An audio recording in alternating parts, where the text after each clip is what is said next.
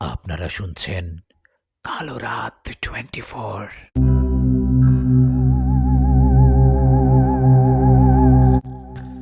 আসসালামু আলাইকুম প্রিয় লিসেনার, কেমন আছেন সবাই? সবাইকে নতুন বছরের শুভেচ্ছা। নতুন বছর পূর্বে আর আয়েশাপুরীর গল্প আসবে না তা কি হয়? নতুন বছরের প্রথম দুইটা গল্প আয়েশাপুরীর হবে। আয়েশাপুরীকে নিয়ে বড় একটা গল্প লেখার কাজ চলছে। বড় গল্পটা এই গল্পের পরে আসবে। আজ দুইটা গল্প থাকবে, একটা আয়েশাপুরীর আর একটা অন্য। আশা করি আয়েশাপুরীর গল্পটি আপনাদের অনেক ভালো লাগবে। তো আর বেশি কথা না বাড়িয়ে প্রথমেই শুরু করছি আয়েশাপুরীর কালো জাদুর একটা গল্প। কনকনে শীতের রাত, ঘড়িতে তখন রাত 2টা কি 3টা হবে। এরকম একটা সময় হঠাৎ করে ঘুম ভেঙে গেল নাহিদের। নাহিদের ঘুম ভেঙে যাওয়ায় ও চোখ খুলে নিজেকে দেখতে পেলেন এক অজানা জায়গায় একটা গাছের ডালে শুয়ে আছে।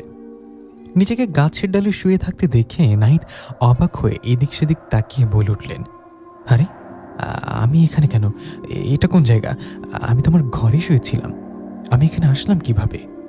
এই ভেবে গাছ থেকে নেমে নাহিদ বললেন, মা বাবা তোমরা কোথায়? আমি এখানে কেন? কেউ কি আছেন এখানে? কেউ শুনছেন কি? কিন্তু নাহিদের কথায় কেউ কোনো সাড়া দিচ্ছেন না। এমন সময় চাঁদের আলোতে নাহিদ একদিকে চিৎকার করতে করতে হাঁটতে লাগলেন। ও যে কোন দিকে যাচ্ছে সেটাও জানে না। তো নাহিদ এভাবে হাঁটতে হাঁটতে এক সময় এক জায়গায় দেখেন একজন মানুষ চাদর মুড়ি দিয়ে বসে আছেন। চাঁদের আলোতে স্পষ্ট বোঝা যাচ্ছিল চাদর মুড়িয়ে বসে আছে কেউ।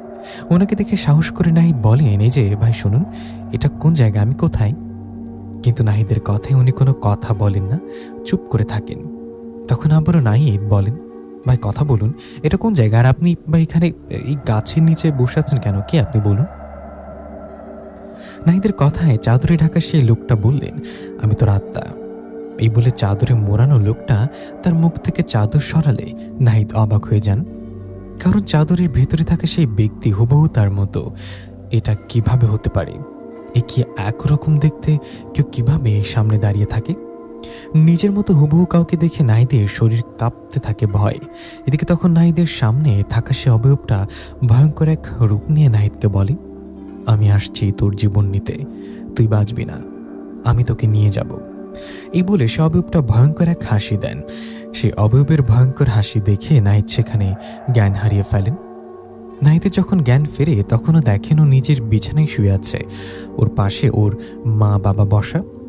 নাহিদের জ্ঞান ফিরলে ওর মা বাবা বলেন, বাবা নাহিদ, বাবা কি হয়েছে তোর? তুই আমাদের বাড়ির পেছনের পুকুর পাড়ে জ্ঞান হারিয়ে পড়েছিলি কেন? তুই ওখানে গেলি কিভাবে? মা বাবার কথায় নাহিদ অবাক হয়ে বললেন, আমি তো পুকুর পাড়ে যাইনি বাবা, জানি না কি হলো, আমার ঘুম ভেঙে গেল, আমি দেখলাম আমি এক অজানা জায়গায়। এই বলে নাহিদ সব ঘটনা খুলে বললেন ওর মা বাবাকে। সব ঘটনা শুনে নাহিদের বাবা মা অবাক হয়ে বললেন, এটা কিভাবে সম্ভব? তুই তো সামনে তোর মতো মানুষ দেখলি কিভাবে? এই বলে নাহিদের বাবা মা নাহিদকে গ্রামের একজন হুজুরকে দিয়ে ঝাড়ফুঁক করে নিয়ে আসলেন। নাহিদকে ঝাড়ফুঁক দেয়ায় নাহিদ মনে করলেন আর হয়তো কিছু হবে না বা ঘটবে না। কিন্তু না, সেদিন রাত থেকে নাহিদের সাথে ভয়ের ঘটনা বেড়ে গেল। নাহিদ ভয়ঙ্কর স্বপ্ন দেখতে লাগলেন। শুধু স্বপ্ন না, বাস্তবে ও ভয় পেতে লাগলেন। নাহিদ দেখেন একটা ভয়ঙ্কর দেখতে জিন নাহিদের কাছে আসে আর নাহিদকে বলেন, কিরে যাবি আমার সাথে? যাবি? তোকে আমি নিয়ে যাব, তার আগে তোকে পাগল করব। সে ভয়ঙ্কর জিনটা এরকম কথায় নাহিদ চিৎকার দিলে সেই জিনটা চলে যায়। এরকম ঘটনা নাহিদের সাথে 2-3 দিন ঘটলে নাহিদের বাবা মা এবার বিষয়টা সিরিয়াস নেন আর একজন কবিরাজের কাছে নিয়ে যান নাহিদকে। কবিরাজের কাছে নিয়ে যাবার পর কবিরাজ নাহিদকে দেখে আর সব ঘটনা শোনে। সব শুনে কবিরাজ নাহিদকে ঝাড়ফুঁক করে দিয়ে একটা তাবিজ দেন। কবিরাজের কাছে তাবিজ নিয়ে আসার পর নাহিদ তাবিজ পড়েন, কিন্তু এতে কোনো লাভ হয় না। কবিরাজের কাছ থেকে আসার পর সেদিন রাতে সেই জিনটা নাহিদের কাছে আসার বলেন, কি ভেবেছিস কবিরাজের কাছে গেলে আমাকে ছাড়াতে পারবি? পারবি না, আমি মিশে গেছি তোর রক্তে, এসব তাবিজ আমার কিচ্ছু করতে পারবে না। এই বলে সে জিনটা তার দুটো দাঁত লম্বা করে নাহিদের শরীরে একটা কামড় বসে দেন আর রক্ত খেতে থাকেন। নিজের শরীর থেকে জিনকে রক্ত খেতে দেখে প্রচণ্ড এক চিৎকার দিয়ে জ্ঞান হারিয়ে ফেলেন। নাহিদের চিৎকার শুনে ওর মা বাবা দৌড়ে ঘরে যান, আর কিছুক্ষণ পর নাহিদের জ্ঞান ফেরান। নাহিদের জ্ঞান ফেরানোর পর নাহিদ ওর মা বাবাকে সব ঘটনা খুলে বলে। সব শুনে নাহিদের মা বাবা চিন্তায় পড়ে যান, আর সেই রাতে নাহিদকে একা ঘুমাতে দিয়ে ওদের সাথে ঘুমাতে বলেন। এভাবে রাত পেরিয়ে সকাল হলে নাহিদের মা বাবা নাহিদকে নিয়ে বড় একজন কবিরাজের কাছে গেলেন। সে কবিরাজের কাছে যাবার পর কবিরাজ নাহিদের সব ঘটনা শুনে উনি ওনার জিনেদের মাধ্যমে খোঁজ নিয়ে নাহিদের মা বাবাকে যা বললেন সেটা শুনে নাহিদ ও ওর বাবা মা অবাক হয়ে গেলেন। কবিরাজ বললেন, নাহিদকে কালো জাদু করা হয়েছে। ওকে কালো জাদু করেছে ওর বন্ধু। আসলে এখানে মেয়ে ঘটিত বিষয় আছে। নাহিদের বন্ধু একটা মেয়েকে পছন্দ করে, এদিকে সেই মেয়ে আবার নাহিদকে পছন্দ করে। এই নিয়ে নাহিদ ওর বন্ধুর মাঝে ঝগড়া হওয়ায় নাহিদের বন্ধু একটা তান্ত্রিককে দিয়ে কালো জাদুর মাধ্যমে একজন জিন চালান করেন। এখন সেই জিন নাহিদের কাছে আসছে ওকে ভয় দেখিয়ে ওকে দুর্বল বানিয়ে মানসিকভাবে পাগল করে দিবে, আর একসময় মেরে ফেলবে। কবিরাজের কথায় নাহিদ সহ ওর বাবা মা অবাক হয়ে যান, আর কবিরাজকে বলেন, কবিরাজ সাহেব, এখন আমার ছেলের কি হবে? আপনি কিছুটা করুন। নাহিদের বাবার কথায় কবিরাজ বলেন, আমি চেষ্টা করব একজন কালো জাদু কাটানোর, কিন্তু এতে নাহিদ পুরোপুরি সুস্থ হবে কিনা জানি না, কারণ তান্ত্রিক এমন এক কালো জাদু করেছে যা কাটানো প্রায় অসম্ভব। এই বলে কবিরাজ তার মতো করে কিছু কাজ করে দিলেন, আর নাহিদকে আরেকটা তাবিজ দিলেন। কবিরাজ তাবিজ দেওয়ার ও কিছু কাজ করে দেওয়ার পর নাহিদকে নিয়ে ওর মা বাবা বাড়িতে আসে। এই ঘটনার 3 দিনের নাহিদের সাথে কিছু ঘটে না, সব স্বাভাবিক হয়ে যায়। 3 দিন পর শুরু হয় আবারও ওই ঘটনা। ওই জিনটা নাহিদের কাছে আসে, ওকে ভয় দেখায়, আঘাত করে আর রক্ত খায়। এরকম ঘটনা আবারও ঘটায়। নাহিদের মা বাবা আরও অনেক কবিরাজের কাছে যায়, কিন্তু এতেও কোনো লাভ হয় না। কোনো কবিরাজই নাহিদের চিকিৎসা করতে পারে না। এভাবে কিছুদিন চলে যাওয়ায় নাহিদ আস্তে আস্তে পাগল হয়ে যায়। ঘড়িতে তখন বিকাল 4টা। আমি ঘরে শুয়ে, তখন মা আমার ঘরে গিয়ে বলল, বাবা নিশাত, শোন না, তোর মেজো খালার বাড়ি থেকে খবর পাঠিয়েছিল তোর খালা নাকি অসুস্থ, আমাকে যেতে বলেছে। আমি তো যেতে পারলাম না, তুই গিয়ে দেখাই না বাবা। মায়ের কথা আমি বললাম, এখনই যাব নাকি কালকে যাই? তখন মা বললেন, আজকে জানা বাবা, এখন তো বিকেল, সন্ধ্যা হতে হতে চলে আসবি। মায়ের কথায় আমি আর কথা না বাড়িয়ে আয়শাকে বললাম। আয়শা খালাদের বাড়িতে গেলাম। এই বলে আমাদের সাইকেলটা হাতে নিয়ে বের হলাম। তখন দেখলাম আয়শা আমার দিকে তাকিয়ে হাসছে, কারণ আমাকে কখনো সাইকেল চালাতে দেখেনি আমার বউ আয়শা পরি। আয়শাকে হাসতে দেখে আমি বললাম, হাসো কেন? আমাকে সাইকেল চালাতে দেখোনি বুঝি? আমার কথায় আয়শা মাথা নাড়িয়ে হাসতে লাগলেন। তখন আমি সাইকেলটা নিয়ে রওনা করলাম আমার খালার বাড়ির দিকে। এভাবে সাইকেল চালিয়ে বেশ কিছুক্ষণ যাবার পর খালার বাড়িতে গেলাম। সেখানে গিয়ে খালাকে দেখে বললাম, খালা, বাড়িতে একটা অসুবিধার কারণে মা আসতে পারেনি, তাই আমি আসলাম। তুমি ওষুধ নিয়ম মতো খেও কেমন, আর সুস্থ হলে আসো সবাই মিলে আমাদের বাড়িতে। এই বলে আরও কিছুক্ষণ অপেক্ষা করে সন্ধ্যার আগে বাড়ির দিকে আসতে লাগলাম। আমি সাইকেল চালিয়ে আসছি, এমন সময় হঠাৎ আমার সামনে একটা ছেলে এসে ধপাস করে পড়ল আর আমার সাইকেল ধরে হাসতে লাগলো। হঠাৎ করে ছেলেটা এসে আমার সামনে পড়ায় ও সাইকেল ধরায় আমি সাইকেল থেকে পড়ে যাই। তখনই দুজন মানুষ এসে আমাকে বলেন, কিছু মনে করো না বাবা, আমাদের ছেলেটা পাগল হয়ে গেছে, তুমি ব্যথা পাওনি তো বাবা? ওনাদের কথায় আমি সাইকেলটা তুলে বললাম, আঙ্কেল, আপনার ছেলেকে তো দেখে মনে হয় না ও পাগল, দেখতে তো মাশাআল্লাহ বেশ সুন্দর। ও এরকম হলো কিভাবে? এই যে আমি মানুষটার সাথে কথা বলছি, ইনি আর কেউ না, নাহিদের বাবা মা। আর একটু আগে আমার সাইকেলের সামনে এসে পড়েছিল সে আর কেউ না, নাহিদ নিজেই। তো আমি নাহিদের বাবা মাকে নাহিদের বিষয়ে জিজ্ঞাসা করায় নাহিদের বাবা বললেন, আর বলো না বাবা, আমার ছেলেটাকে কালো জাদু করা হয়েছে, ওকে কালো জাদু করে জিন চালান করা হয়েছে। কিছুদিন আগে ভালো ছিল ছেলেটা। এই বলে নাহিদের বাবা মা কান্না করতে লাগলেন আমার সামনে। ওদের কান্না দেখে আমার অনেক খারাপ লাগছিল। ওদের কান্না দেখে আমি নাহিদের বাবাকে বললাম, আঙ্কেল, আপনাদের বাড়ি কোনটা? আমাকে আপনাদের বাড়িতে নিয়ে চলুন তো। আমার কথায় নাহিদের বাবা আমাকে নিয়ে ওনাদের বাড়িতে গেলেন। ওনাদের বাড়িতে যাবার পর আমি নাহিদের মা ও বাবাকে বললাম, আঙ্কেল, আন্টি, আমি যদি অদৃশ্য কারোর সাথে কথা বলি তাহলে ভয় পাবেন না, আর আমাকে জিজ্ঞাসা করবেন না কার সাথে কথা বলি। আমার কথায় ওরা রাজি হলে আমি আমার বউ আয়শাপুরীকে ডাকলাম। আমার ডাকে আয়শা সেখানে এসে আমাকে দেখা দিলেন। আয়শাপুরে আসে আমি ওকে বললাম, আয়শা, এনাদের ছেলেকে কালো জাদু করা হয়েছে, কালো জাদুর মাধ্যমে ওর কাছে কোনো জিন আসছে, দেখো তো। আজকের পর যেন ওই জিনটা আর ওই ছেলে নাহিদের কাছে আর না আসে। আর আল্লাহ রহমতে নাহিদকে সুস্থ করার কোনো চিকিৎসা আছে কিনা দেখো তো। আমার কথা আয়েশা চলে গেলেন সেই জিনের কাছে যে জিনটা নাহিদের কাছে আসে ওকে পাগল বানিয়ে দিয়েছে।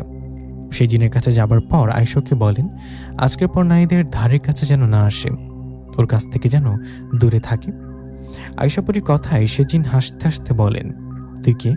তোর কথা কেন শুনবো? আমাকে চুক্তির মাধ্যমে নাহিদের কাছে পাঠানো হয়েছে। আমি ওকে পাগল বানিয়েছি, ওকে সামনে মেরে ফেলবো। সেই জিনের কথায় আয়েশা বললেন, তুই বেঁচে থাকলে তো ওকে মেরে ফেলবি, তাই না?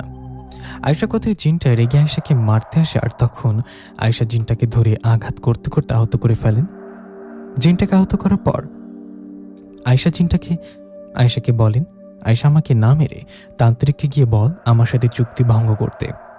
কালো জাদু কাটাতে হলে আমি তো নাহিদের পিছু ছেড়ে চলে যাই। জিনটার কথা আয়েশা তখনই চলে গেলেন সেই তান্ত্রিকের কাছে।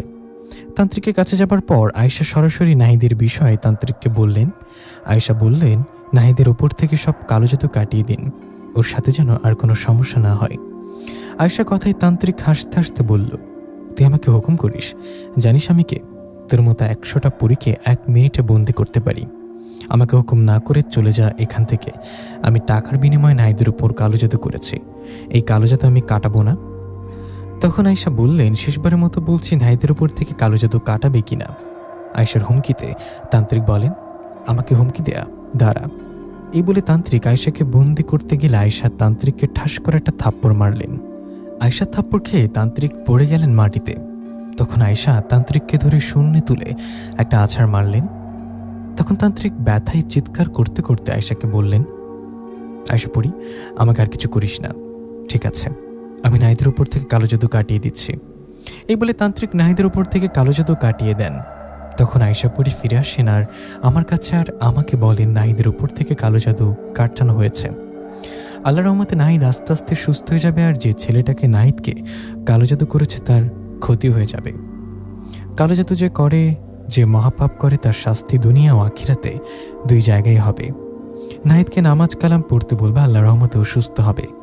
আমি বাড়িতে গেলাম, তুমি এসো কেমন? এই বলে আয়েশা চলে গেল। আমি নাহিদের মা বাবাকে সব ঘটনা খুলে বললাম।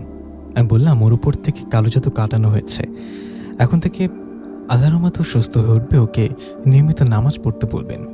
এই বলে চলে গেলাম বাড়িতে। এই ঘটনার 3 দিন পর এক রাতে আমিও আয়েশা খাবার খেয়ে ঘরে শুয়ে শুয়ে গল্প করছি। এমন সময় আমার জানি কি হলো, আমি কিরকম করতে লাগলাম। মানুষের মির্গি ব্যারাম হলে যেরকম করে সেরকম আমার এরকম দেখে আয়েশা আমাকে চেপে ধরে দোয়া পড়তে লাগলেন। এভাবে কিছুক্ষণ চলার পর আমি আবার স্বাভাবিক হলাম। তখন আয়েশা বললেন, নিশাত তুমি একটু অপেক্ষা করো, আমি একটু আসছি। তোমার এটা স্বাভাবিক কিছু ছিল না, এটা নিশ্চয়ই কোনো কালো জাদুর প্রভাব। এই বলে আয়েশা চলে গেলেন ওই তান্ত্রিকের কাছে। সেই তান্ত্রিকের কাছে যাবার পর তান্ত্রিক এবার আয়েশাকে দেখে হাসতে হাসতে বলল, আয়েশা পড়ি, তুই আসছিস? জানতাম আসবি। তুই আমাকে থাপ্পড় মেরেছিলি, মনে আছে? আমি 3 দিন আগে তোর থাপ্পড় খেয়ে নাহিদের উপর থেকে কালো জাদু তো কাটিয়েছে, এতে নাহিদ সুস্থ হয়ে গেছে। নাহিদ সুস্থ হলেও তোর থাপ্পড় খেয়ে রেগিয়ে তোর স্বামীর উপর কালো জাদু করেছে আমি। এখন কি করবি? তোর স্বামীকে কালো জাদু করে মারবো আমি? তুই এখন আমার কিচ্ছু করতে পারবি না, কারণ আমার সাথে থাকা 3 জন জিনকে যুদ্ধ করার জন্য তৈরি করে রেখেছি। এই বলে তান্ত্রিক ইশারা করলে 3 জন জিন এসে সেখানে দাঁড়ালেন। তখন আয়েশা রেগে তান্ত্রিককে বললেন, আমার ভালোবাসা আমি, কলিজা হলো আমার স্বামী, তুই সেই স্বামীকে কালো জাদু করেছিস। আল্লাহ ছাড়া তোকে আজ কেউ বাঁচাতে পারবে না। এই বলে আয়েশা পড়ি তান্ত্রিকের সেই 3 জন জিনকে আগে ধরে আঘাত করতে করতে মেরে ফেললেন। এদিকে এই দৃশ্য দেখে তান্ত্রিক ভয়ে সেখান থেকে পালাতে গেলে আয়েশা তান্ত্রিককে ধরে তুলে এমন আছাড় মারলেন যে হাত পা ভেঙে তান্ত্রিক সেখানেই মারা গেলেন। তান্ত্রিক মারা যাবার পর আয়েশা পড়ি চলে আসলেন বাড়িতে। এরপর থেকে আমার সাথে আর কিছু ঘটেনি। আর ওদিকে নাহিদ আল্লাহর রহমতে ধীরে ধীরে সুস্থ হয়ে ওঠে। প্রিয় লিসেনার, কেমন লাগলো আয়েশা পড়ির এই গল্পটি? সবাই কমেন্ট করে জানাবেন। এরপর আয়েশা পড়ির বড় গল্প আসবে, অপেক্ষা করুন। এখন চলে যাচ্ছি রহস্যময় গাহিম করা অন্য একটা গল্প নিয়ে। তুমি মেডিকেলে চান্স পাওয়ার পর বুঝেছি তোমার সাথে সম্পর্ক আর বেশি দিন কন্টিনিউ করা সম্ভব না, তাও টানা 3 বছর কোনো মতো টিকে গেছে। কথাগুলো শুনে তিশা একদম চুপ হয়ে গেল।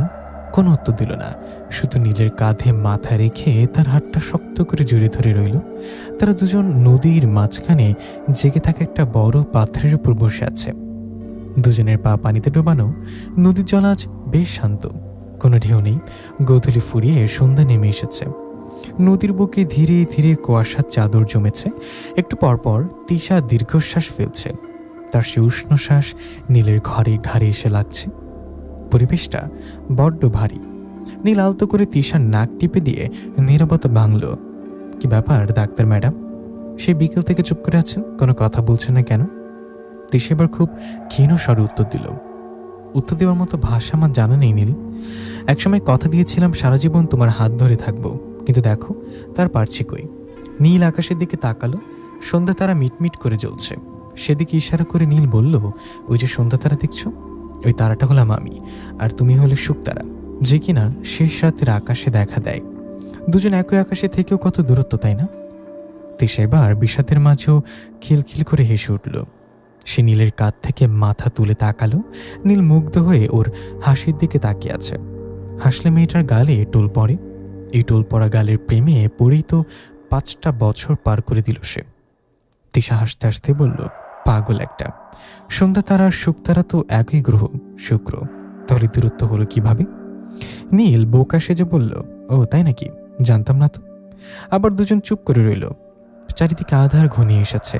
নদীর জল এখন কালো দেখাচ্ছে। তিশা আবার নীলের হাতটা শক্ত করে ধরল, যেন এই স্পর্শটুকু সে সারা জীবনের জন্য সঞ্চয় করে রাখতে চায়। তারপর ভাঙা গলায় বলল, আজকে হয়তো আমাদের শেষ দেখা, আর কখনো দেখা হবে না। সামনের মাসে আমার বিয়ে। তোমার কথা মা বাবাকে অনেক বুঝেছি, কিন্তু তারা শুনবে না। তাদের এক কথা, ডাক্তারের সাথে বাউন্ডুলের বিয়ে হতে পারে না। মা বাবাকে কষ্ট দিও না তিশা, তাদের কষ্ট দিয়ে কখনো সুখী হতে পারবে না।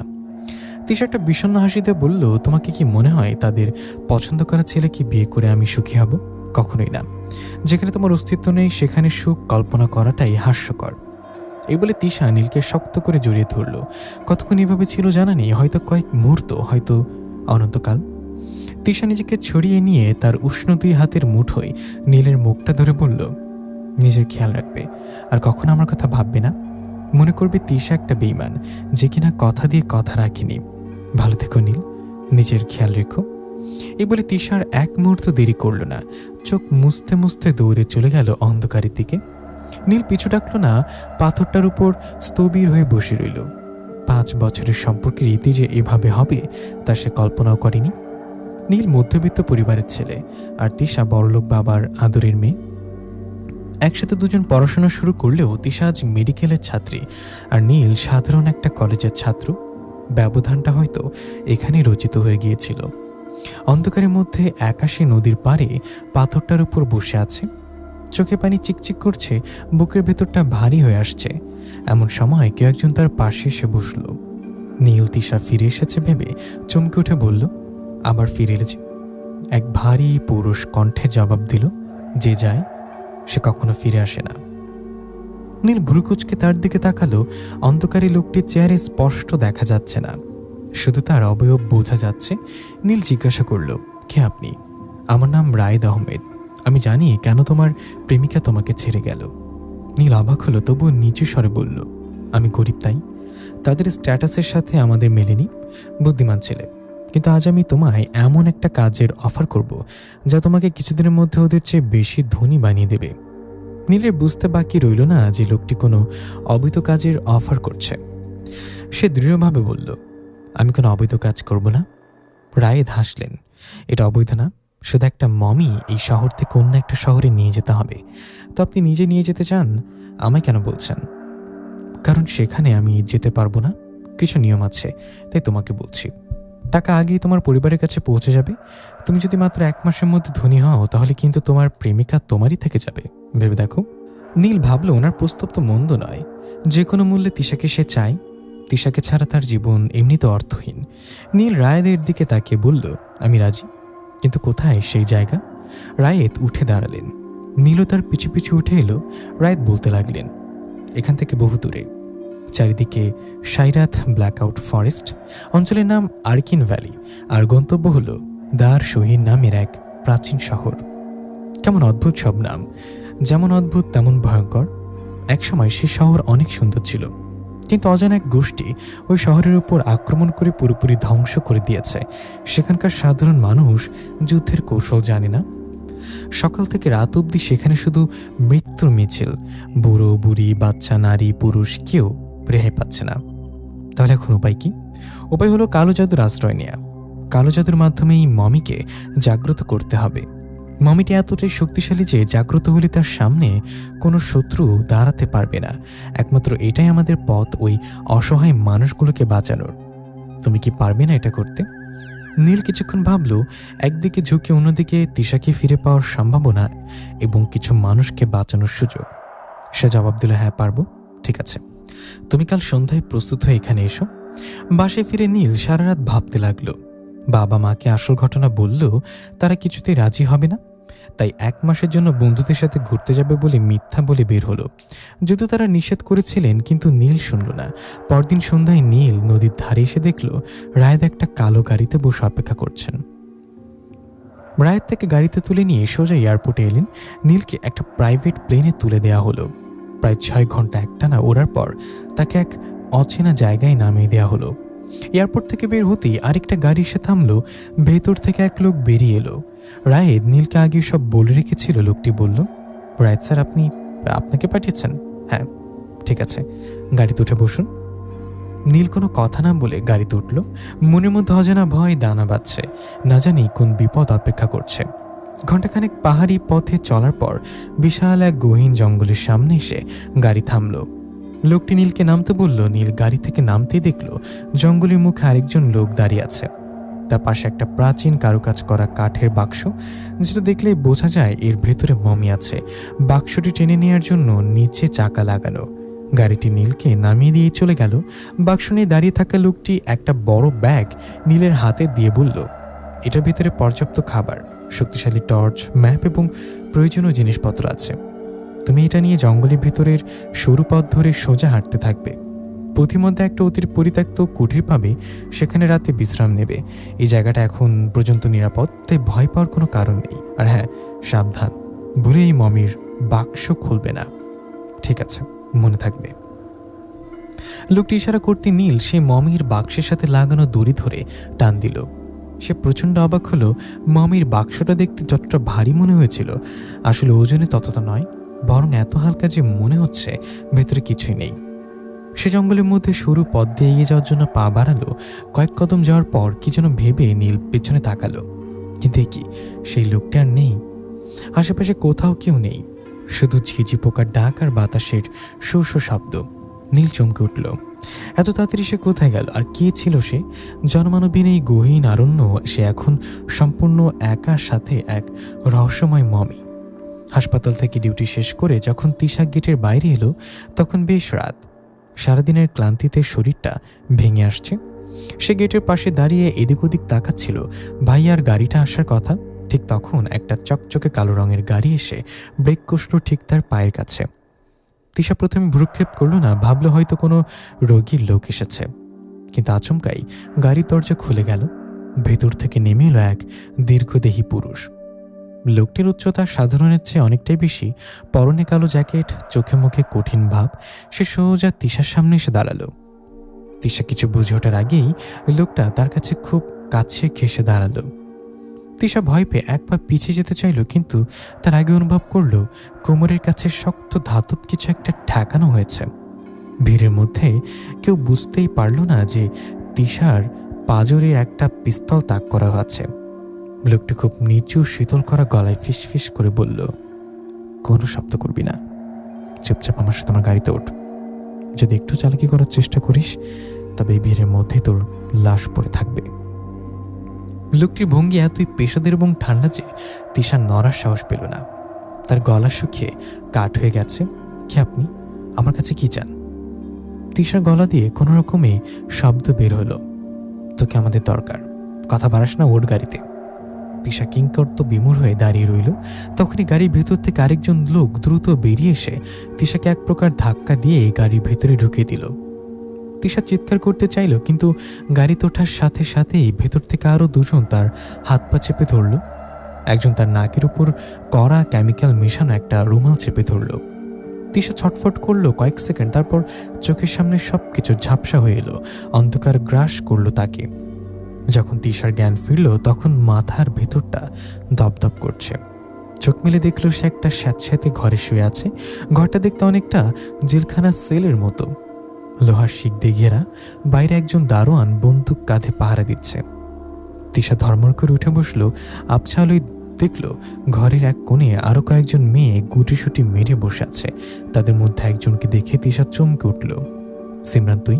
সিমরান তিশার ব্যাচমেট, মেডিকেলে একসাথে পড়ে। সিমরানের পাশে বসে আছে রাজীব, যে কিনা সিমরানের বয়ফ্রেন্ড এবং তাদের সহপাঠী। তাদের দুজনেরই চোখেরই আতঙ্কের ছাপ। সিমরান তিশাকে জড়িয়ে ধরে কেঁদে ফেলল। তিশা, তুই এখানে এলি কিভাবে? তিশা নিজের কপাল চেপে ধরে বলল, হাসপাতালের সামনে থেকে আমাকে তুলে এনেছে। কিন্তু তোরা এখানে কেন? রাজীব বলল, আমাদেরও ঠিক একই কায়দায় কিডন্যাপ করা হয়েছে তিশা। আমরা কিছুতেই বুঝতে পারছি না এরা কারা বা আমাদের দিয়ে কি করাতে চায়। তাদের কথার মাঝখানে জেলের গেট খোলার শব্দ হলো। ভারী বুট পায়ে একজন লোক ভেতরে ঢুকে কর্কশ গলায় বলল, গল্প করার সময় শেষ, উঠ সবাই, যাওয়ার সময় হয়েছে। তিশা সাহস সঞ্চয় করে জিজ্ঞাসা করল, কোথায় যাব আমরা? আমাদের কেন আটকে রেখেছেন? লোকটি কোনো উত্তর না দিয়ে ইশারা করল। সাথে সাথে আরও কয়েকজন পাহারাদার এসে তিশা, সিমরান, রাজীব সহ বাকিদের হাত পিছে মোড়া করে বাঁধতে শুরু করলো। তাদের ধাক্কা দিতে দিতে বাইরে নিয়ে আসা হলো। বাইরে সে তিশা বুঝতে পারল তার এক বিশাল পরিত্যক্ত সেনা ঘাঁটিতে আছে। চারপাশ জনমানবহীন, দূরে জং ধরা কিছু পুরনো ট্যাঙ্কার পড়ে আছে। রানের উপর দাঁড়িয়ে আছে একটা বিশাল কার্গো বিমান। বিমানের ইঞ্জিন চালু, বিকট শব্দ হচ্ছে। তাদের জোর করে সেই বিমানের দিকে নিয়ে যাওয়া হলো। তিশা শরীরের সর্বশক্তি দিয়ে নিজেকে ছাড়ানোর চেষ্টা করলো, টানা হেঁচড়া করলো, কিন্তু শক্তিশালী লোকগুলোর সাথে সে পেরে উঠল না। তাদের বস্তার মতো করে বিমানের ভেতরে ছুঁড়ে ফেলা হলো। বিমানের ভেতরটা বেশ অন্ধকার। দরজা বন্ধ হওয়ার পর এক গুমোট পরিবেশ তৈরি হলো। সামনের কেবিন থেকে একজন মাঝবয়সী লোক বেরিয়ে এলো। তার পরনে সামরিক পোশাকের মতো কিছু একটা, কিন্তু কোনো দেশের ব্যাজ নেই। লোকটি সবার দিকে তাকিয়ে গম্ভীর গলায় বলল, তোমাদের গন্তব্য দার শহীর। সেখানে আমাদের অনেক সৈনিক আহত অবস্থায় আছে। সেই শহরে চিকিৎসা করার মতো কোনো ডাক্তার বেঁচে নেই, তাই তোমাদের নিয়ে যাওয়া হচ্ছে। দার শহীদ নামটা শুনে তিশার বুকের ভেতরটা কেঁপে উঠল। নামটা যেমন অদ্ভুত আবার অপরিচিত। লোকটি বলতে থাকলো, তোমাদের কাজ হবে শুধু আহতদের সুস্থ করা। যুদ্ধ শেষে তোমাদের প্রচুর টাকা দেয়া হবে, যা তোমরা কল্পনাও করতে পারবা না কেউ। তিশা চিৎকার করে বলল, প্লিজ আমাদেরকে ছেড়ে দিন, আমাদের কোনো টাকা পয়সার দরকার নেই, আমাদেরকে বাড়ি যেতে দিন। সিমরান আরও রাজীবও সাই দিল, কিন্তু লোকটি এবার পকেট থেকে একটা পিস্তল বের করে তিশার দিকে তাক করল। তারপর তার চোখের দৃষ্টিতে কোনো দয়া নেই। চুপ করে বসে থাক, একদম টু শব্দটাও করবি না। যদি বেশি বাড়াবাড়ি করিস তবে তোদের জ্যান্ত এই বিমান থেকে নিচে ফেলে দেব। ডাক্তার ছাড়াও যুদ্ধ চলে, কিন্তু লাশ দিয়ে চলে না। লোকটির ধমকে বিমানের ভেতরে পিন পতন নীরবতা নেমে এলো। ভয়ে কেউ আর একটি কথা বলল না। তিশা জানলার ছোট কাজ দিয়ে বাইরের মেঘের দিকে তাকিয়ে রইল। তার চোখ বেয়ে জল গড়িয়ে পড়ছে। সে জানে না এই দার শহীর কোথায় বা সেখানে তার জন্য কি ভয়াবহত অপেক্ষা করছে। অদ্ভুতভাবে মৃত্যুর এই মুখোমুখি দাঁড়িয়ে তার শুধু বারবার নীলের কথা মনে পড়তে লাগলো। নীল সে রহস্যময় মমির বাক্সটা টেনে নিয়ে সায়রাত ব্ল্যাকআউট ফরেস্টের গহীন পথ ধরে হাঁটছে। বিকেলের আলো নিভে গিয়ে বনের ভেতরে এক ঘন অন্ধকার নেমে এসেছে। চারিদিকে নিস্তব্ধতা ভেঙে শুধু বাক্সটার চাকার ঘর ঘর শব্দ আর ঝিঝি পোকার ডাক শোনা যাচ্ছে। হাঁটতে হাঁটতে নীলের পা ব্যথা হয়ে গেছে। ঠিক তখনই তার নজরে পড়ল দূরে একটি টিমটিমে আলো জ্বলছে। কাছে গিয়ে নীল দেখল বনের মাঝখানে একলা দাঁড়িয়ে আছে একটি জর্ণজীর্ণ কুঠুরি।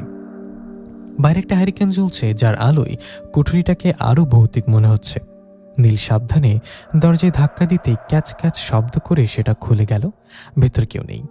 একপাশে একটা পুরনো কাঠের চৌকি পাতা আর ঘরের কোণে মাকড়সার জাল। নীল বুঝল এটাই সেই কুঠুরি যার কথা বলা হয়েছিল। বড় একটা দীর্ঘশ্বাস ফেলে নীল মমির বাক্সটা ঘরের এক কোণে রাখল।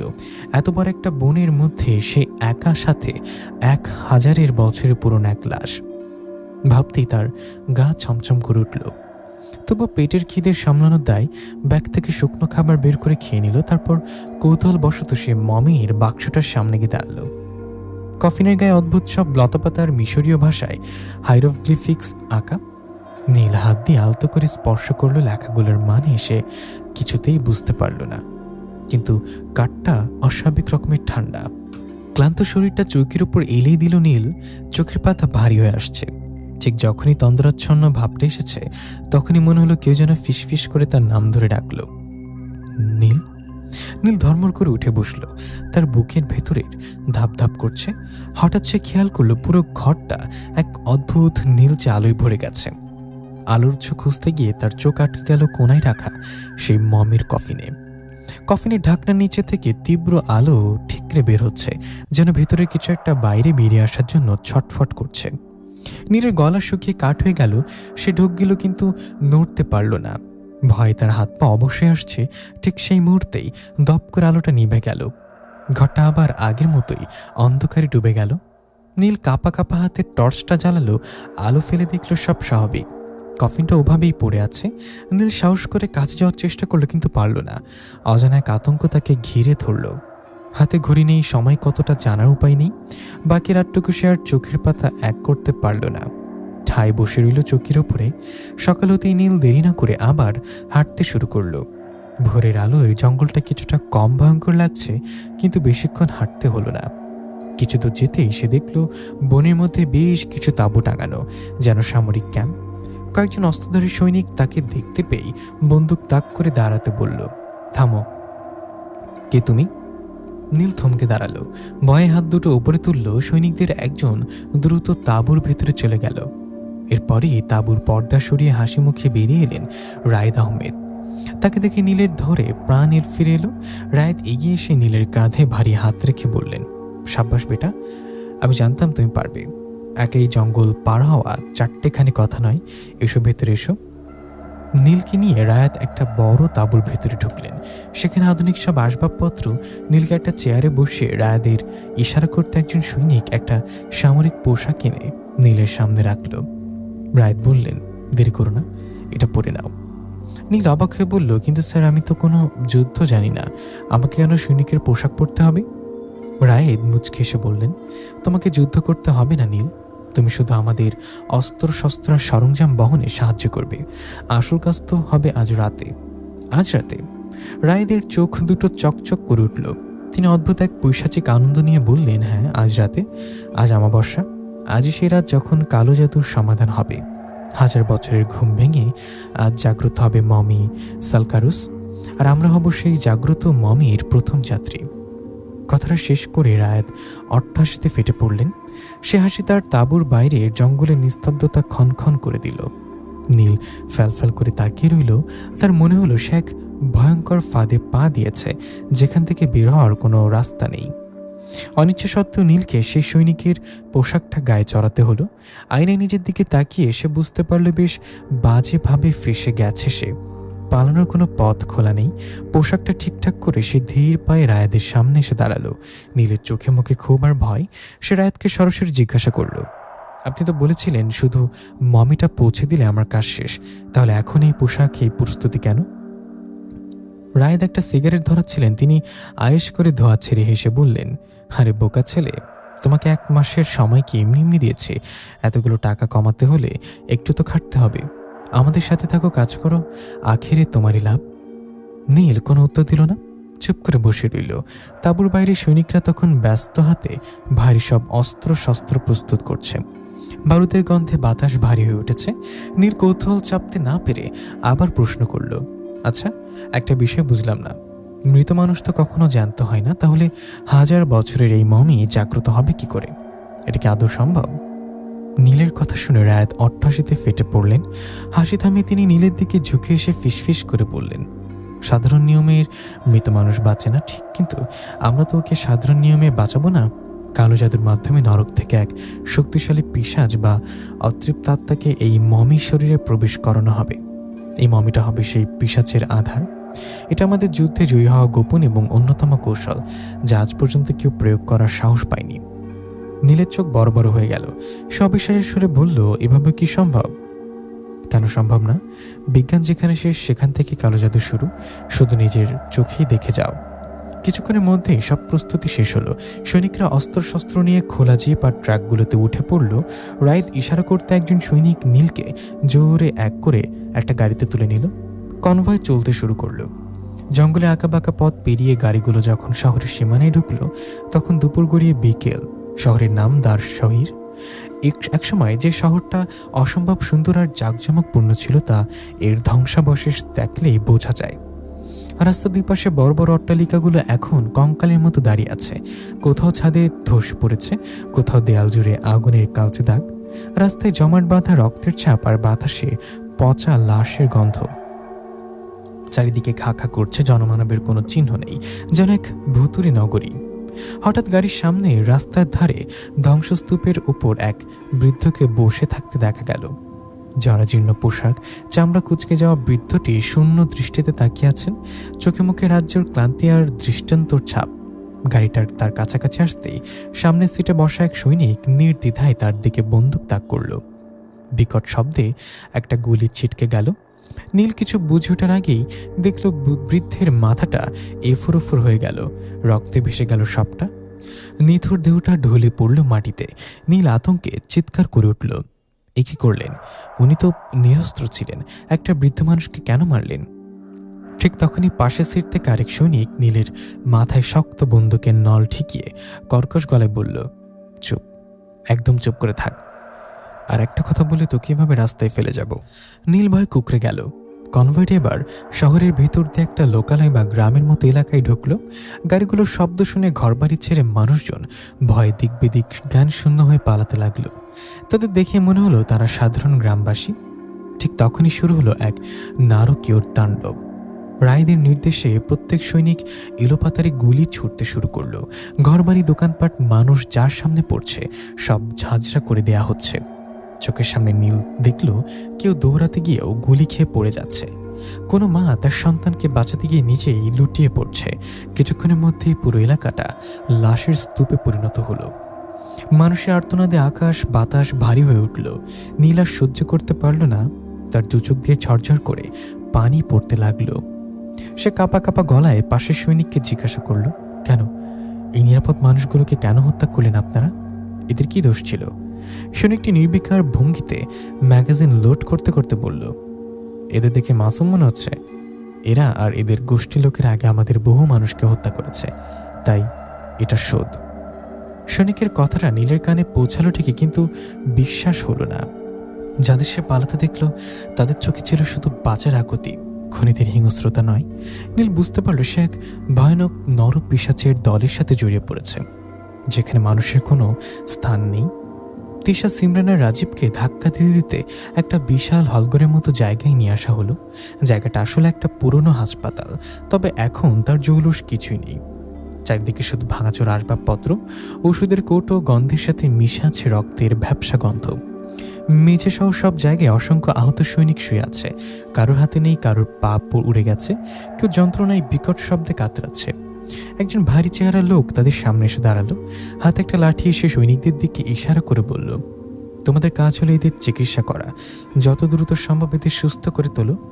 রক্ত আর কাটা ছেঁড়া দেখে সিমরান ভয় পিছিয়ে গেল। সে কাঁপা কাঁপা গলায় প্রতিবাদ করল, আমার মেয়ে মানুষ হয়ে পরপুরুষের চিকিৎসা করতে পারবো না, আমাদের ছেড়ে দিন। কথাটা শেষ হতে না হতেই লোকটি প্রচণ্ড রাগে সিমরানের দিকে তেড়ে এলো। লাঠিটা মেঝেতে ঠুকে চিৎকার করে বলল, ডাক্তার হয়েছিস কি বসে বসে টাকা কামানোর জন্য? আর এখানে কোনো বাছ বিচার চলবে না। যেটা বলা হয়েছে চুপচাপ সেটা কর, নয়তো এখানে পুঁতে ফেলবো। সিমরান ভয়ে কেঁদে ফেলার উপক্রম হলো। পরিস্থিতি খারাপ বুঝতে পেরে তিশা দ্রুত সিমরানের কাঁধে হাত রাখলো। চোখের ইশারায় তাকে শান্ত হতে বলল। লোকগুলো সেখান থেকে সরে যেতেই তিশা ফিসফিস করে বলল, সিমরান প্লিজ চুপ করো, দেখছিস না ওরা কতটা হিংস্র? আমরা এখানে বাজেভাবে ফেসে গেছি, এখন পালানোর কোনো উপায় নেই। আপাতত যান বাঁচাতে চাইলে মুখ বুঝে সব সহ্য করতে হবে, আমাদের বেঁচে থাকাটা জরুরি। এদিকে জঙ্গলের সেই ক্যাম্পে নীল একটা কাঠের গুঁড়ির উপর চুপচাপ বসে আছে। সন্ধ্যা গড়িয়ে রাত নেমেছে। ক্যাম্পের পরিবেশটা আজ বড্ড ভারী। রায়েদ আহমেদ হাতে একটা মদের বোতল নিয়ে টলতে টলতে নীলের পাশে এসে বসলো। বোতলের ছিপে খুলতেই মদের উৎকট গন্ধে নীলের নাড়ি ভুড়ি উল্টে আসার জোগাড়। সে কোনো মতে হাত দিয়ে নাক চেপে ধরল। নীলের এই অবস্থা দেখে রায়াত কুৎসিত একটা হাসিতে বলল, পুরুষ মানুষের মদের গন্ধ সহ্য করা উচিত হে যুবক, জানো কেন? কারণ এই তরল আগুন পেটে পড়লে মানুষ সব ব্যথা বেদনা ভুলে যায়, বিবেকের দংশন আর থাকে না। নেবে নাকি এক ঢোক? নীল ঘৃণা ভরা চোখে তাকিয়ে বলল, না। সাধু পুরুষ। রায়েত বিদ্রুপের হাসি হাসল। কিছুক্ষণ পর রায়েত উঠে দাঁড়ালো, ক্যাম্পের বিস্তর 4-5 জন সৈনিককে ডাকলো। তারা ধরাধরি করে সে মমের বাক্সটা নিয়ে জঙ্গলেও আরও গহীনের দিকে রওনা দিল। নীলকে বলা হলো ক্যাম্পে অপেক্ষা করতে। নীল অসহায়ভাবে তাকিয়ে দেখলো তারা অন্ধকারের মধ্যে মিলে যাচ্ছে। রায়েত আর তার সঙ্গীরা মমিটাকে নিয়ে জঙ্গলের গভীরে লোকচক্ষুর অন্তরালে এক প্রাচীন পাথরের বেদির উপর রাখল। জায়গাটা এমনিতেও গা ছমছমে, তার উপর চারপাশের মশালগুলোর আলো আধারিতে এক ভৌতিক পরিবেশ তৈরি হয়েছে। বেদির চারপাশে আগে থেকে হাত পা ও মুখ বাঁধা অবস্থায় 5টি কম বয়সী মেয়েকে বসে রাখা হয়েছে, তাদের চোখে মুখে মৃত্যু ভয়। রায় দিকে গিয়ে মমির বাক্সের ঢাকনাটা সরালো, কিন্তু অদ্ভুত ব্যাপার, কফিনের ভিতরে কোনো মমির বুকের কাছে রাখা আছে একটা জরাজীর্ণ প্রাচীন বই। রায় অতি সাবধানে বইটা হাতে তুলে নিল। বইটা খুলতে চারপাশের বাতাস যেন ভারী হয়ে উঠল। রায়েত অদ্ভুত এক ভাষায় কর্কশ কণ্ঠে মন্ত্র পড়তে শুরু করলো। মন্ত্র উচ্চারণের সাথে সাথে জঙ্গলে শো শো করে বাতাস বইতে শুরু করলো। গাছের পাতাগুলো পাগলের মতো নড়তে লাগলো। কিছুক্ষণ মন্ত্র পড়ার পর রায় ইশারা করতে একজন সৈনিক একটা মেয়েকে টেনে হিঁচড়ে মমির কফিনের কাছে নিয়ে এলো। মেয়েটি বাঁচার জন্য ছটফট করছিল, কিন্তু সৈনিকটি নির্দয়ভাবে তার গলায় ধারালো ছুরি চালিয়ে দিল। ফিনকিতে রক্ততপ্ত ছিটকে পড়ল কফিনের ভেতরে। এভাবে একে একে 5টি মেয়েকেই নির্মমভাবে বলি দেওয়া হলো। 5ম মেয়েটি রক্ত পড়ার সাথে সাথে কফিনের ভেতর থেকে প্রচণ্ড তীব্র নীলচে আলো বিচ্ছুরিত হতে শুরু করলো। সে আলো এতটাই তীব্র যে মশালের আলো তার কাছে ম্লান হয়ে গেল। রায় উন্মাদের মতো মন্ত্র পড়ে যাচ্ছে। হঠাৎ দেখা গেল আকাশ ভেদ করে কালো ধোঁয়ার মতো অশরীর ছায়ারা নিচে নেমে আসছে। সেই ছায়াগুলো পাক খেতে খেতে একে একে মমির শরীরের ভেতর প্রবেশ করতে লাগলো। মরা মানুষ বা মমিটা যেন সেই কালো শক্তি শুষে নিচ্ছে। এক পৈশাচিক শক্তিতে পুরো জঙ্গল কেঁপে উঠল। সেই তীব্র নীল আলো আর কালো ছায়ার খেলা থামতেই এক হাড়হিম করা অদৃশ্য দেখা গেল। কফিনের ভেতর থেকে ধীরে ধীরে উঠে দাঁড়ালো 1000 বছরের পুরনো মমি। তার সারা শরীর জরাজীর্ণ সাদা ফিতে দিয়ে শক্ত করে পেঁচানো, মুখের অর্ধেকটা ঢাকা আর বাকি অর্ধেকটা উন্মুক্ত। সেখানে পছন্দরা মাংস আর হাড় দেখা যাচ্ছে। মুখের এক পাশ যেন কোনো বন্য পশু খুবলে খেয়েছে। বিভৎস আর ভয়ঙ্কর সে চেহারা। তার কোটরের ভেতর 2টো চোখ দাও দাও করে জ্বলছে আগুনের মতো লাল হয়ে। রায়েত এবং তার সঙ্গীরা ভয় এবং শ্রদ্ধায় কাঁপতে কাঁপতে তার সামনে হাঁটু গেড়ে বসল। জঙ্গলের বাতাস তখনও ভারী, যেন প্রকৃতির শ্বাস বন্ধ হয়ে আছে। গম্ভীর এক কণ্ঠে মমি সালকারুস কথা বলে উঠল। তার কণ্ঠস্বরে যেন পাতালপুরের প্রতিধ্বনি, তোরা আমায় অন্তত ঘুমের দেশ থেকে মুক্ত করেছিস, তোদের প্রতি আমি প্রসন্ন। বল কি চাস তোরা? আমি তোদের সব ইচ্ছা পূরণ করব। রায় মাথা তুলে সাহসে বুক বাঁধল। তার চোখে ক্ষমতার লোভ চকচক করছে। আমাদের একটাই ইচ্ছা, আমরা এই আরিকান ভ্যালি এবং তার আশেপাশের পুরো এলাকা দখল করতে চাই। এখানে আমার নিজেদের সাম্রাজ্য গড়ে তুলব, যেখানে আপনার আর আমাদের রাজত্ব চলবে। সার্কারুস আর জ্বলন্ত লাল চোখ দুটো একবার চারপাশ বুলে নিল, তারপর পৈশাচিক হাসি হেসে বলল, খুব তাড়াতাড়ি তোদের সেই ইচ্ছা পূর্ণ হবে। এই বলে সে ধীরে কিন্তু ভারী পদক্ষেপে সামনের দিকে অগ্রসর হতে লাগলো। তার প্রতিটি পদক্ষেপে মাটি কেঁপে উঠছে।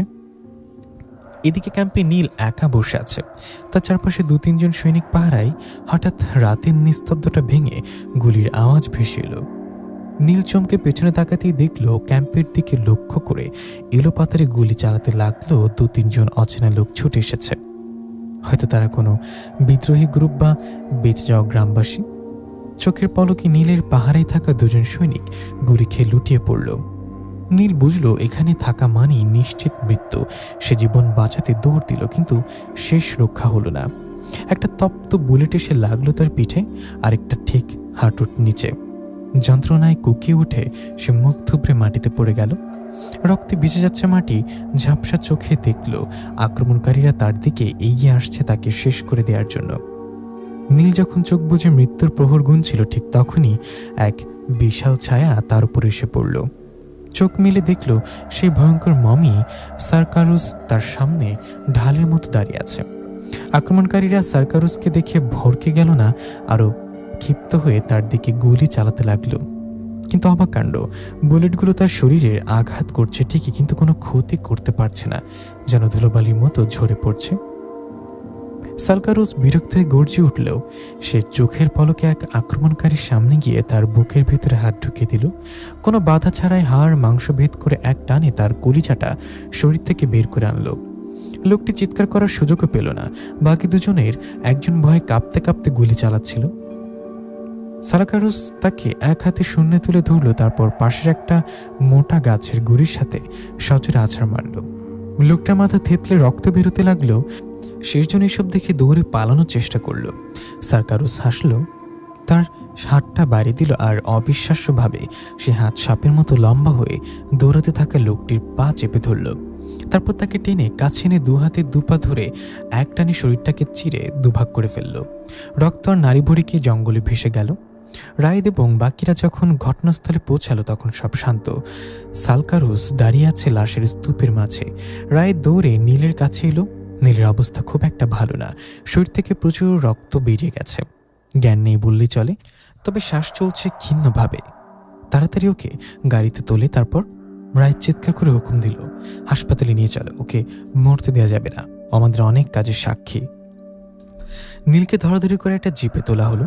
গাড়িটা দ্রুত গতিতে সেই পরিত্যক্ত হাসপাতালের দিকে ছুটল, যেখানে হয়তো তিশা অপেক্ষা করছে তার ভাগ্যর এক নির্মম পরিহাস দেখার জন্য। হাসপাতালটার ভাঙাচোরা দেয়াল আর স্যাঁতস্যাঁতে মেঝের মাঝে কিছু প্রাণের সঞ্চার হয়েছে।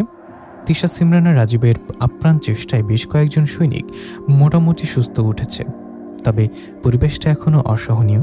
চারিদিকে রক্তের দাগ, পচা গন্ধ আর ওষুধের গন্ধ মিলেমিশে একাকার। রাতে তাদের জন্য যে খাবার দেওয়া হয়েছে তা দেখে সিমরানের গা গুলি উঠল। বাসি রুটি আর ডাল, তা পচা গন্ধে ভরা।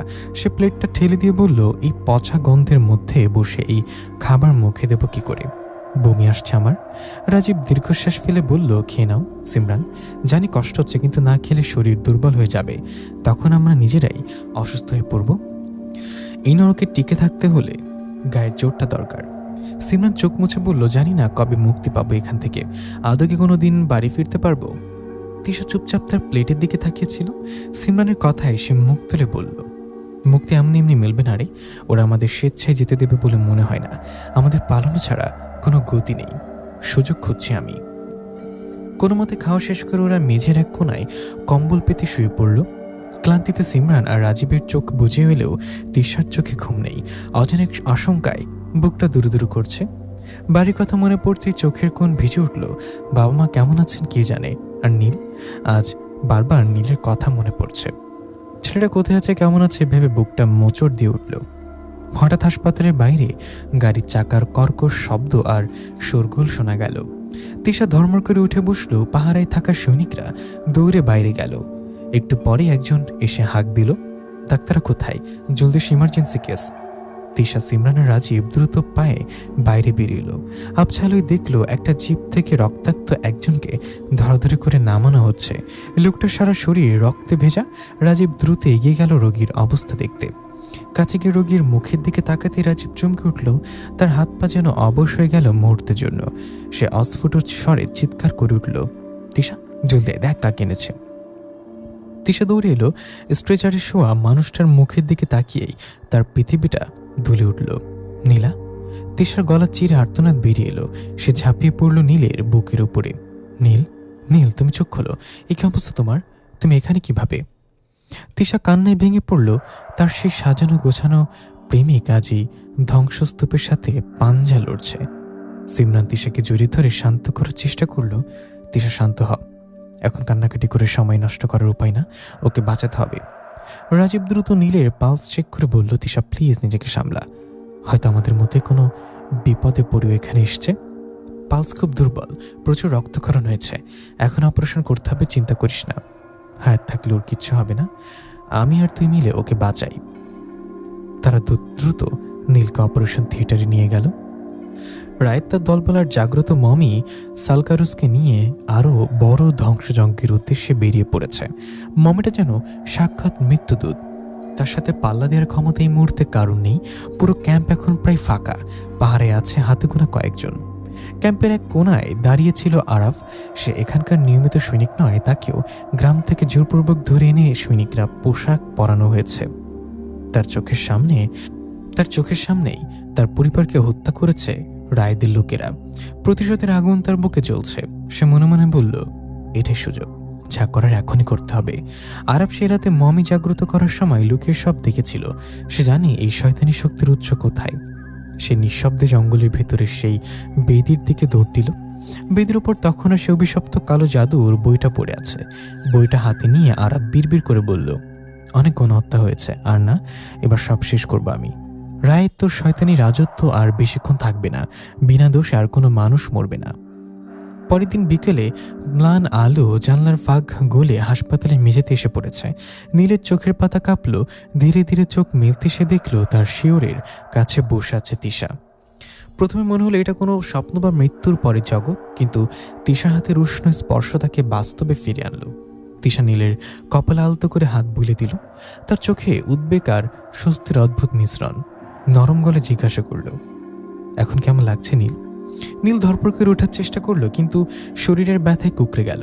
সে বিস্ময় ভরা চোখে তাকিয়ে বলল, তিশা, তুমি তুমি এখানে কিভাবে? আমি কি স্বপ্ন দেখছি? তিশা নীলের মুখে আঙ্গুল রেখে বলল, এখন কোনো কথা নয়, এসব পরে ভাবা যাবে, আগে তুমি সুস্থ হয়ে ওঠো। তিশা পরম মমতায় নীলের সেবা করতে লাগলো, যেন এই ধ্বংসস্তূপের মাঝে নীলই তার একমাত্র বেঁচে থাকার অবলম্বন। অন্যদিকে আরাফ একা পালিয়ে বেড়াচ্ছে। গতরাতে রায়েদের বাহিনী আর সেই পৈশাচিক মমি সালকারুস অগণিত মানুষকে হত্যা করেছে। আরব সে বিভীষিকা নিজের চোখে দেখেছে তার হাতে সে কালো জাদুর বইটা, যেটা সে চুরি করে এনেছে। একটা নির্জন গুহার মতো জায়গায় এসে আরাফ থামল। জায়গাটা নিরাপদ মনে হচ্ছে। সে হাঁপাতে হাঁপাতে বইটা খুলল। মিশরীয় ভাষায় লেখা প্রাচীন লিপিগুলো সে কিছুটা বুঝতে পারছে, কারণ তার দাদা তাকে ছোটবেলায় এই ভাষা শিখিয়েছিলেন। বইটা পড়ে সে জানতে পারল মমিটা যত মানুষ হত্যা করেছে তাদের আত্মা শুষে নিয়ে সে তত বেশি শক্তিশালী হচ্ছে। সাধারণ অস্ত্র দিয়ে তাকে আটকানো অসম্ভব। পাতার পর পাতা উল্টে আরাফ একটা সমাধান খুঁজে পেল। সেখানে লেখা, পৈশাচিক আত্মাকে বসান তুলে 3 জন পবিত্র মনের মানুষকে একসাথে রাখতে হবে। তারা মন্ত্রপাঠ করে মমির ভিতর থেকে সে অশুভ শক্তিকে কিছুক্ষণের জন্য বের করে আনবে। ঠিক সেই মুহূর্তেই মমির দেহকে আগুনে পুড়িয়ে ধ্বংস করে দিতে হবে। আরাফ হতাশায় মাথায় হাত দিল। 3 জন? আমি তো একা, আর বাকি 2 জন কোথায় পাবো এই মৃত্যুপুরীতে?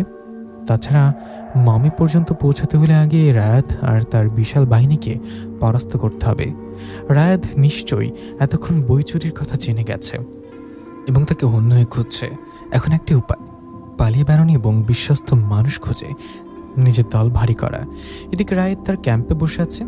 ক্ষমতার দম্ভে তার চোখ মুখ চকচক করছে, কিন্তু মমি সালকারুস কিছুটা দূরে দাঁড়িয়ে আছে। তার লাল চোখ দুটো ধিকি ধিকি জ্বলছে।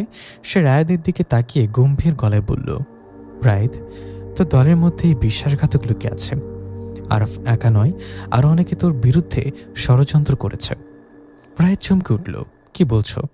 সালকারুস হিসহিস করে বলল, দেরি করিস না, সবাইকে মারা শুরু কর, কারণ সবাই মিলে তোর সাথে বিশ্বাসঘাতকতা করবে।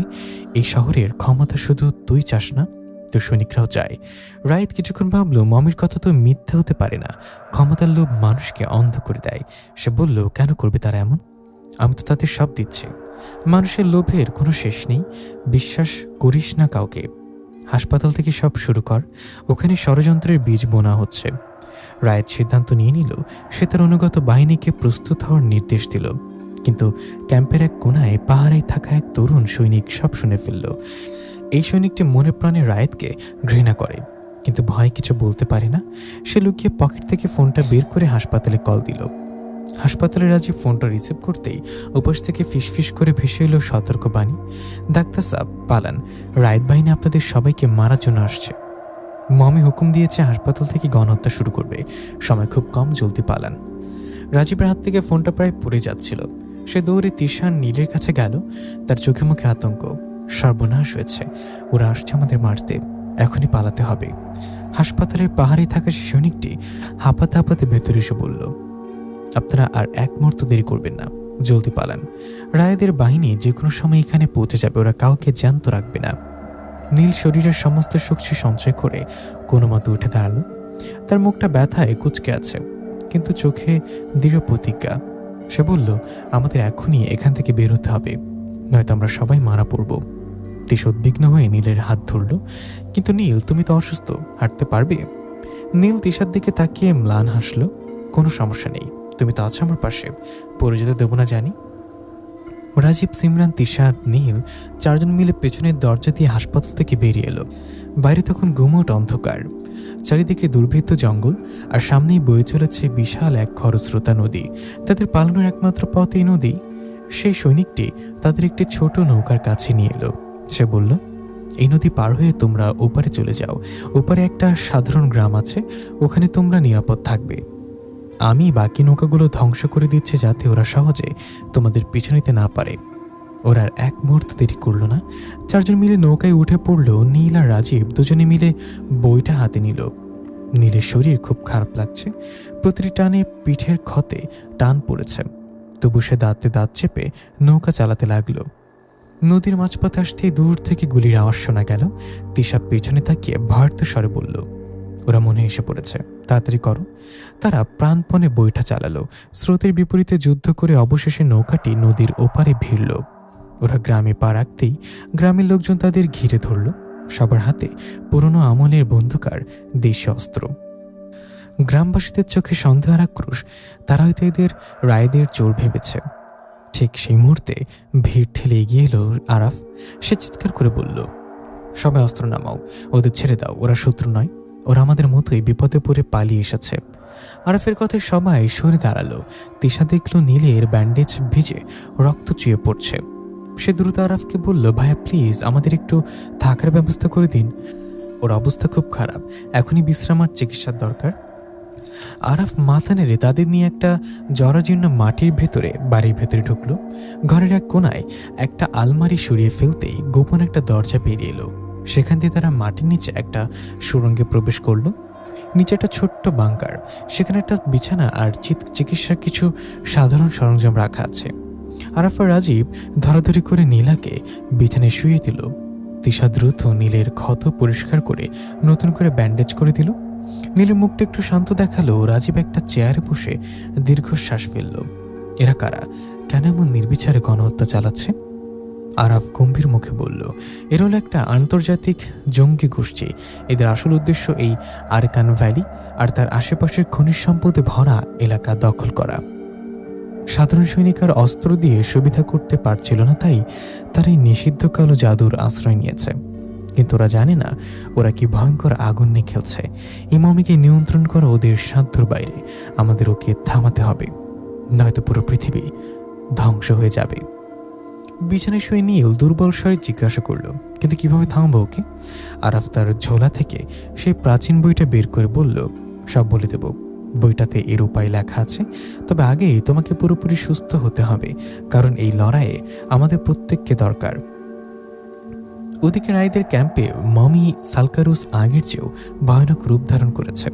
তার শরীর থেকে এখন অনবরত ঘন কালো ধোঁয়া বেরোচ্ছে। সেই বিষাক্ত ধোঁয়া যার স্পর্শে আসছে তার শরীর মুহূর্তের মধ্যে শুকিয়ে কাঠ হয়ে যাচ্ছে। রায়দও এখন তার প্রভুর এই রূপ দেখে ভয় কাঁপছে, কিন্তু পিছু হটার আর কোনো পথ নেই। বাংকারের ভিতরে টিমটিম করে একটা লণ্ঠন জ্বলছে। আরাফ খুব মনোযোগ দিয়ে তিশা আর সিমরানকে সেই প্রাচীন মিশরীয় মন্ত্রগুলো শিখিয়ে দিল। উচ্চারণে কোনো ভুল হওয়া চলবে না। ওদের পরিকল্পনা চূড়ান্ত হলো, আরাফ, সিমরান আর তিশা মিলে ত্রিভুজাকারে দাঁড়িয়ে মন্ত্র পাঠ করে মমি সালকারুসকে একটা নির্দিষ্ট বৃত্তের মধ্যে আটকে ফেলবে। মন্ত্রের শক্তিতে মমির ভেতরের পৈশাচিক আত্মা দুর্বল হয়ে পড়বে। ঠিক সেই সুযোগে নীল আর রাজীব পেট্রোল ঢেলে মমির শরীর জ্বালিয়ে দেবে। শেষে এই অভিশপ্ত বইটা আগুনে পুড়িয়ে দিলেই সব শেষ। নীল ভ্রুকুচকে জিজ্ঞাসা করল, এটা কি সত্যি কাজ করবে আরাফ, যদি কোনো ভুল হয়? আরাফ দৃঢ় গলায় জবাব দিল, অবশ্যই কাজ করবে। এই বইয়ের একটাই একমাত্র পথ হিসেবে লেখা আছে, আমাদের হাতে আর কোনো বিকল্প নেই। রাজীব চিন্তিত মুখে বলল, কিন্তু রায়েদ আর তার বাহিনী মমিকে ধ্বংস করার আগেই তো ওরা আমাদের শেষ করে দেবে। আগে রায়েদকে সরাতে হবে। আরাফ মাথা নেড়ে বলল, সেটা আমি দেখছি। তোমরা এখন খাবার খেয়ে একটু বিশ্রাম নাও, শরীর আর মন দুটোই তাজা থাকা দরকার। আমি একটু বাইরে থেকে আসছি, গ্রামের লোকেদের সাথে কথা বলে দেখি। আরাফ বেরিয়ে যেতেই ঘরের পরিবেশটা একটু শান্ত হলো। তিশা ধীর পায়ে এসে নীলের পাশে বিছানায় বসলো। নীলের চুলে আঙ্গুল বুলিয়ে দিতে দিতে নরম গলায় বলল, এখন কেমন লাগছে তোমার? নীল তিশার চোখের দিকে তাকিয়ে হাসলো। অনেক ভালো। তুমি পাশে থাকলে আমার আর কিচ্ছু লাগে না, সব ব্যথা উবে যাবে। তিশা নীলের কথায় মুচকে আসলো ঠিকই, কিন্তু তার চোখের কোণে পানি চিকচিক করছে। সে ধরা গলায় বলল, কিন্তু নীল, তোমার এই তিশা তো ভালো মানুষ না, সে আস্ত একটা স্বার্থপর। দেখো, তোমার চেয়ে ভালো অপশন পেয়ে তোমাকে ছেড়ে যেতে চেয়েছিল, আমি কথা দিয়েও কথা রাখিনি। নীল আলতো করে তিশার মুখে হাত রেখে তাকে থামিয়ে দিল। চুপ করো তো, এতে তোমার কোনো দোষ নেই তিশা। আমি জানি তুমি ইচ্ছা করে কিছু করনি, তুমি পরিস্থিতির শিকার ছিলে, মা বাবা চাপে পড়ে হয়তো সিদ্ধান্ত নিতে বাধ্য হয়েছিলে। ওসব নিয়ে এখন ভেবো না। তিশার কোনো কথা বলল না, শুধু নীলের গালে নিজের গাল ঠেকিয়ে চুপ করে রইল। নীল এক হাতে তিশার চুলে বিলি কেটে দিতে লাগলো। ভালোবাসার এই মুহূর্তটুকু যেন পৃথিবীর সমস্ত কোলাহল থেকে তাদের আলাদা করে দিল। কিছুক্ষণ পর তিশা উঠে বসলো। সিমরান এসে তিশার কাঁধে হাত রাখলো। সে বলল, তিশা, আমি জানি তুই নীল ভাইকে ছাড়া এক মুহূর্ত থাকতে পারবি না। আমার মনে হয় তোর নীল ভাইকে বিয়ে করা উচিত। তোর বাবা মা যতই জোর করুক, তুই আর ওদিকে ফিরে তাকাস না, নিজের সুখটা দেখ। রাজীব সাইদে বলল, হ্যাঁ তিশা, সিমরান একদম ঠিক বলেছে। একবার সত্যিকারের ভালোবাসা হারিয়ে ফেললে জীবনে আর কখনোই সুখী হতে পারবি না। টাকা পয়সা, স্ট্যাটাস, এসব দিয়ে সুখ কেনা যায় না। তিশা কোনো উত্তর দিল না, শুধু নীলের দিকে একবার গভীর দৃষ্টিতে তাকালো। সেই দৃষ্টিতে ছিল এক অকথিত প্রতিশ্রুতি। এদিকে রায়েদের ক্যাম্পে চলছে এক ভিন্ন নাটক। মমি সালকারুসের আদেশে রায়েদ একে একে তার সাথে সাথে থাকা সব বিশ্বাসী সৈনিককে হত্যা করেছে। ক্যাম্প জুড়ে এখন শুধু লাশের স্তূপ। রায়েদ রক্তমাখা হাতে মমির সামনে এসে দাঁড়ালো। তার চোখে মুখে উন্মাদনা। সব শেষ, বিশ্বাসঘাতকরা আর কোনো সম্ভাবনা নেই। এবার কি করব? এই পুরো এলাকা এখন আমাদের দখলে। মমি সালকারুস স্থির হয়ে দাঁড়িয়েছিল। তার শরীর থেকে কালো ধোঁয়া বের হচ্ছিল। সে দূরের গ্রামের দিকে আঙুল তুলে বলল, ওই যে গ্রাম দেখছিস, ওখানে আরাফ নামের একজন আছে। সে আমার ধ্বংসের ষড়যন্ত্র করছে। তাকে শেষ করতে হবে, আর সবাইকে আমার পায়ের সামনে নত করতে হবে। রায়েদ উৎসুক হয়ে বলল, তাহলে দেরি কেন, চলুন এখনই ওই গ্রাম জ্বালিয়ে দিই। রায়েদ পা বাড়াতেই মমি সালকারুস হঠাৎ তার সামনে এসে পথ আটকে দাঁড়ালো। চোখের পলকে সে রায়েদের গলা শক্ত করে চেপে ধরল। রায়েদ ছটফট করতে লাগলো, কিন্তু তার মুখ দিয়ে কোনো শব্দ বের হলো না। সালকারুস তাকে এক ধাতেই শূন্যে তুলে ধরল। তার লাল চোখ দুটো রায়েদের চোখের দিকে স্থির হলো। তোর কাজ শেষ রায়েদ। তোর মতো লোভী আর বিশ্বাসঘাতকের আর কোনো প্রয়োজন নেই আমার। তোর আত্মাটা বেশ নোংরা, ওটা খেতে ভালো লাগবে। এই বলে সালকারুস রায়েদের মুখের কাছে নিজের মুখ নিয়ে এলো। রায়েদের শরীরের ভেতর থেকে ধোয়ার মতো একটা অবয়ব বেরিয়ে মমির মুখের ভেতরে ঢুকতে লাগলো। মমির শরীর থেকে বের হওয়া কালো ধোঁয়া রায়েদের শরীরে ঢুকতে তাকে ভেতর থেকে পুড়িয়ে দিল। কিছুক্ষণ ছটফট করার পর রায়েদ নিথর হয়ে গেল। সালকারুস তাকে মাটির উপরে ছুঁড়ে মারল। রায়েদের শুকনো দেহটা পড়ে রইল, আর মমি সালকারুস বাতাসের সাথে মিশে অদৃশ্য হয়ে গেল। তার গন্তব্য এখন একটাই, আরাফ এবং তার সঙ্গীরা। ভোরের আলো ফুটতে আরাফ দেখল রায়েদের ক্যাম্পে জনমানবহীন, শুধু ছড়িয়ে ছিটে আছে লাশের স্তূপ। রায়েদের দলের কেউ আর বেঁচে নেই। মমি সালকারুস নিজের হাতে সবাইকে শেষ করেছে। এটা আরাফের দলের জন্য একদিক থেকে ভালোই হলো, প্রতিপক্ষ এখন শুধু একজন, সে মমি। কিন্তু সে একজনই হাজার সৈন্যর সমান। সকালবেলা গ্রামের মাঝখানে খোলা জায়গায় গ্রামবাসীদের জড়ো করল আরাফ। সবার চোখে মুখে আতঙ্ক। আরাফ সবাইকে সাহস দেওয়ার চেষ্টা করছিল, ঠিক তখনই বাতাসের গতিপথ বদলে গেল। আকাশ কালো করে এক অশুভ ছায়া নেমে এলো গ্রামের উপরে। ধুলোর ঝড় তুলে ঠিক তাদের সামনে এসে দাঁড়ালো মমি সালকারুস। তার উপস্থিতি যেন মৃত্যু ঘোষণা করেছে। গ্রামবাসীরা ভয়ে চিৎকার করে এদিক ওদিক পালাতে শুরু করল। আরাফ বিন্দুমাত্র বিচলিত না হয়ে সালকারুসের মুখোমুখি রুখে দাঁড়ালো। সালকারুস তার জ্বলন্ত লাল চোখে আরাফের দিকে তাকিয়ে হুঙ্কার ছাড়ল, মূর্খ মানব, এখনো সময় আছে। আমার পায়ে লুটিয়ে পড়, আমার দাসত্ব মেনে নে, হয়তো প্রাণটা বেঁচে যাবে। আরাফ দৃঢ় কণ্ঠে জবাব দিল, এটা কখনোই সম্ভব হবে না। আমরা স্বাধীন মানুষ, কোনো পিশাচের দাসত্ব করার জন্য জন্মায়নি। সালকারুস অট্টহাসিতে ফেটে পড়ল। সে হাসিতে চারপাশের গাছপালা পর্যন্ত কেঁপে উঠল। তাহলে মরতে প্রস্তুত হ। বলতে বলতে মমির শরীর থেকে গলগল করে বিষাক্ত কালো ধোঁয়া বের হতে শুরু করলো। সেই ধোঁয়া সাপের মতো এক এক দিকে ছড়িয়ে পড়তে লাগলো। গ্রামে যে মানুষ বা প্রাণী এই ধোঁয়ার সংস্পর্শে এলো, মুহূর্তের মধ্যে তাদের শরীর শুকিয়ে কাঠ হয়ে লুটিয়ে পড়ল মাটিতে। দেরি না করে আরাফ চিৎকার করে সেই প্রাচীন মিশরীয় মন্ত্র পড়তে শুরু করলো। মন্ত্রের প্রথম শব্দ উচ্চারিত হতেই সালকারুস চমকে উঠল। সে যেন এক অদৃশ্য দেয়ালে ধাক্কা খেল। তার কালো ধোঁয়ার গতি কমে এলো। ঠিক পরিকল্পনা মতো তিশার সিমরান আড়াল থেকে বেরিয়ে এলো। তারা দুজন আর আরাফ মিলে মমিকে মাঝখানে রেখে ত্রিভুজাকৃতি বা পিরামিডের মতো করে 3 কোণায় দাঁড়ালো। তিনজনে একই সুরে উচ্চস্বরে সে পবিত্র মন্ত্র পাঠ করতে লাগলো। বাতাসে মন্ত্রের ধ্বনি প্রতিধ্বনিত হতে লাগলো। সালকারুস যন্ত্রণায় ছটফট করতে শুরু করলো।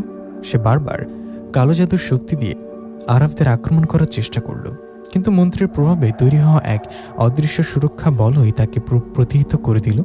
তার শক্তি দ্রুত নিঃশেষ হয়ে আসছিল। হঠাৎ আকাশ ঘন কালো মেঘে ঢেকে গেল। মেঘের বুক চিরে এক তীব্র আলোর ঝলকানি দেখা দিল।